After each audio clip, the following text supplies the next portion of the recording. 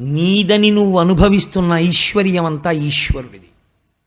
ఎందుకంటే నీ ఇంటికి కట్టిన ఇటకలలో మట్టి ఈశ్వర రూపం. పంచభూతాలలో నువ్వు మట్టిని సృష్టించలేదు. సిమెంటు అడుసు పెట్టి కట్టేటప్పుడు సిమెంటు బిగుసుకోవడానికి నువ్వు వాడిన నీరు నువ్వు సృష్టించలేదు. అది బిగుసుకోవడానికి వచ్చిన గాలి నువ్వు సృష్టించలేదు. ఆ ఇంటి చలువరాయి గనిలో నువ్వు సృష్టించలేదు. ఆ ఇంట్లో నువ్వు అనుభవిస్తున్న చల్లటి గాలిని నీకు ఇప్పించగలిగిన ఏసీకి పనిచేస్తున్న విద్యుత్ శక్తి నువ్వు సృష్టించలేదు. నీటిలోంచి శక్తిగా వచ్చింది అది, హైడ్రో పవర్. ఇవన్నీ ఈశ్వరుడివి. కానీ మరి నువ్వెందుకు అనుభవిస్తున్నావు అంటే ఈశ్వరుడు నిన్ను అనుగ్రహించాడు. అనుగ్రహించి నువ్వు ఇవన్నీ వాడుకో, నేను ఇస్తున్నాను నీకన్నాడు.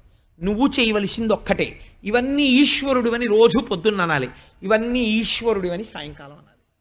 అని నువ్వు హాయిగా అనుభవించు, హాయిగా పడుకో, పొంగిపోతాడు ఈశ్వరుడు.